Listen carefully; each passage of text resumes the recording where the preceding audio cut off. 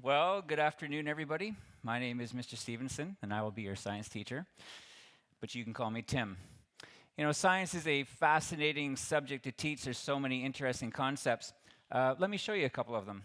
I have here a bowling ball and a golf ball, and I'll say to my students sometimes, if I were to hold them up and drop them at the same time from the same height, which one would hit the ground first? Oftentimes the answer comes back, well, obviously the bowling ball, it is heavier, therefore it will fall faster, won't it? Well, let's just find out. Any guesses? Well, that's interesting. They landed at the same time. So what is it about gravity that causes the force to draw on two different masses equally? Here's another one. You look at the International Space Station and the astronauts appear to be weightless. Now, is that because in the blackness of space, there is no gravity? And many times the students will come back and say, well, yes, that's exactly right. In the blackness of space, there's no gravity. And I'll say, well, then why then is the moon orbiting Earth, or why is the Earth orbiting the sun? If there's no gravity in space, that couldn't happen, which continues to beg the question then, why do the astronauts appear to be weightless? The classroom is a fun place to be. The students ask lots of questions, and I encourage that. I want to hear their questions. In fact, some of the best lessons I've ever been involved with are the ones where I have something planned, and I put it aside because as the students file into the classroom, they start to ask things. They'll ask big questions. What's a black hole? What would happen if the sun were to explode right now? What would happen to life on Earth?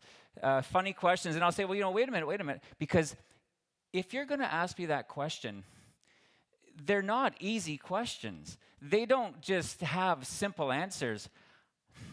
You need to be patient to wait for me to teach you a couple things. And along the way, I may have to ask you more questions that you're not even really aware of. I like to remind my students that they really haven't come to the class to get the answers. They've really come to the class to find out what the questions are. Now, I mentioned that I'm a science teacher. I'm not a scientist. I teach chemistry and astronomy. Really it's the astronomy that has molded the way I've been teaching for the last several years. So why this fascination with space?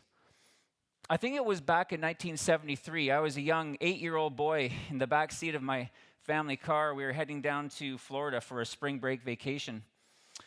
On the second day, we were traveling south of Detroit on the I-75, and we encountered a very significant snowstorm. My parents decided, we really need to pull over. This is getting to be too dangerous. So we did. We rolled into a small town called Wapakoneta, Ohio. Now, what's so significant about Wapakoneta? Well, it turned out this is the hometown of Neil Armstrong.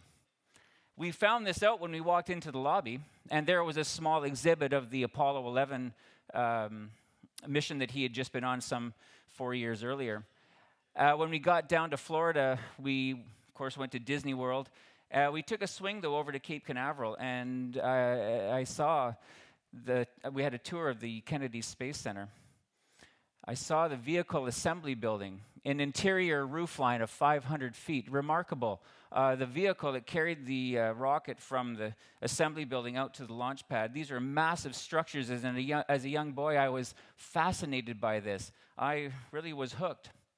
I'm blown away by what we've learned about space. Really from our lonely place in the cosmos, simply through the power of thought, we've been able to peer deep into space and learn so much. I say to my students, we don't really need to go to the stars. The stars come to us in the form of their light. We need only to be smart enough to learn how to interpret that light. And interpret we have. I like the way Carl Sagan said it. We stand on the shore of the cosmic ocean, and recently we've waded a little ways out, and the water seems inviting. But the waters on Earth are changing. I had an opportunity to listen to a very good speaker one time, and many of them today. And this one fellow said to me, in the whole audience, he said, "What is it that breaks your heart?" And that really stuck with me. I would encourage all of us to consider, What is it that breaks your heart? And then set about a way to fix it for yourself or the people around you or perhaps even the entire planet. Well, you know what breaks my heart? Rising oceans break my heart. Dying coral reefs breaks my heart.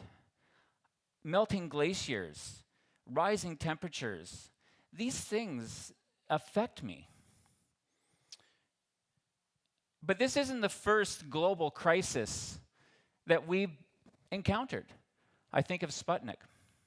And there's a lesson to be learned from Sputnik. You know, here was the first object to orbit Earth in space, launched by the Russians. During the Cold War, a time when there were no guns being fired, there were no bombs being dropped, there was no frontline war effort. But there also were no deniers. Nobody was denying that there was a global threat to security. And what happened was we turned to the schools because we knew that somewhere in the classrooms there would emerge the scientists and the engineers who would help us regain technological superiority. I was teaching this very lesson to my class one time, and in walked Ken Taylor. Ken's a longtime teacher, and he said, now I was a small boy, I was a young boy, but I remember what it was like. We came back to school after Sputnik, and everything was different. New math and science curriculum, new textbooks. Teachers were much more invigorated to teach this subject. There was a concerted effort in the schools because there was a race to be won.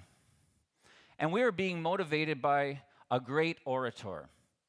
And here he is in 1962, John F. Kennedy at Rice University in Texas, saying, we choose to go to the moon. We choose to go to the moon not because it's easy, but because it's hard. And he went on to say other things such as, this is a challenge we're willing to accept. This is a challenge we won't postpone. This is a challenge that we are going to win. And when we did, because there in 1969, July, we heard those famous words, Tranquility Base here, the Eagle has landed. And Neil Armstrong opened the door to that lunar landing module, and he clambered down that ladder. And he said, that was one small step for a man, but that was one giant leap for mankind. And the people on Earth cheered. And the average age of the scientists and the engineers who put Neil and Buzz Aldrin on the moon was 28. 12 years earlier, they were the high school students who were being encouraged to learn your science, learn your math, because we've got a job to do. And they did it. You know, these days we see politicians, and I worry sometimes about the way we look at them. We say things like, we don't like this or that in our society. What are you going to do about it, Mr. Politician? I think that's wrong. I think we need to continue to look to the schools. You know, these guys came out of the climate conference in Paris last year, and they said, yes, we agree, the Earth needs to be carbon neutral by the end of the century. They said 2100 is when we will accomplish this goal. That, to me, is not a bold move. Not like John F. Kennedy. He said by the end of the decade. I like the way former astronaut Mike Collins said it. Where? Moon. When? End of decade. Very simple. These guys, end of the century. You know, we still drive into parking lots and we see an electric car charger. And we say, oh, isn't that neat? What a novelty. Or perhaps someone put a solar panel up on their house. Oh, isn't that neat? He must be very progressive. We live in a time when it's just not the norm. I believe these should be normal things, and we should be seeing much more of them. What about moving ourselves around the streets? What about electric cars? I know what the skeptics say. They say the range is no good. They're too expensive. I know, because I drive one. my wife and I decided we're going to move forward into this new way of operating. And so we bought an electric car. And here it is being charged at various places around the community. I also know what the skeptics will say about the car. They'll say, sure, your car doesn't emit any fumes. But all you've really done is transfer the problem from your car to the electric generating station. And if it's a coal-fired generating station, you're right. I like to think in British Columbia, where we have 92% of our power coming from hydroelectricity, that perhaps there's no greenhouse gases being emitted. I feel better about that. But the mega dams are not innocent themselves. The mega dams flood river valleys that were once agricultural, that were habitat for animals, that have been occupied by First Nations for thousands of years. The dams are not innocent. So I'm conflicted as well, but I feel I'm taking a step, and I'm living by example of a new way of doing things. I think today's moon race is climate change. And sure, you're going to say, it's just me, it's just one car, I had to get to work, what else am I going to do? And I get all of that. And sure, maybe my car emits a poisonous gas, but it's just one car, isn't it? I think we need to turn back to the schools and really get to some of these difficult answers. I'm going to show you something that's going to scare you on the next slide.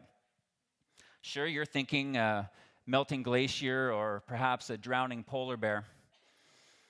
No, a grade 11 chemistry problem.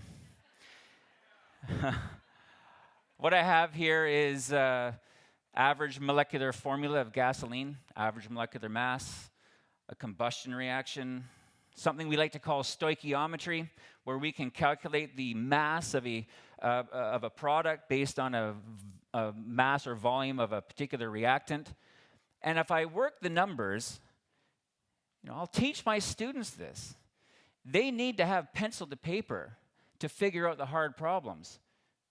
It shows that one tank of gas is going to produce, on average, 97 kilograms of carbon dioxide. Well, that's maybe a lot, maybe it's not, depends on how you interpret that. But that's just one car. What if there's 22 million cars, each of them traveling 24,000 kilometers per year? It turns out to be 100,000 million grams of carbon dioxide. That can't be good. Maybe you say it's not bad, but it can't be good. And that's just one country. And that does not include airplanes, buses, factories.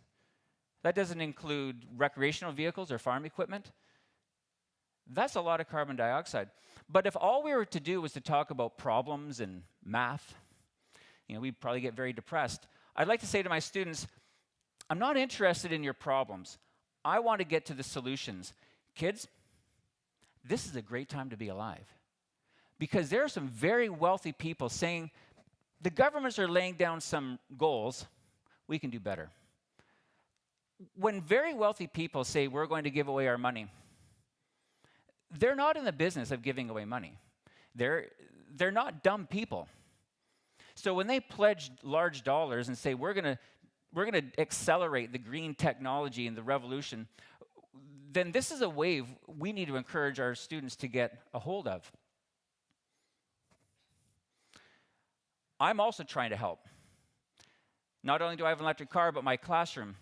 I got my hands on this solar panel because I was buying a couch off of Craigslist. I went to the fellow's house. I went in and I noticed he had 2 electric cars in his driveway. He said, we haven't been to a gas station in 3 years. By the way, my wife drives our electric car more than I do.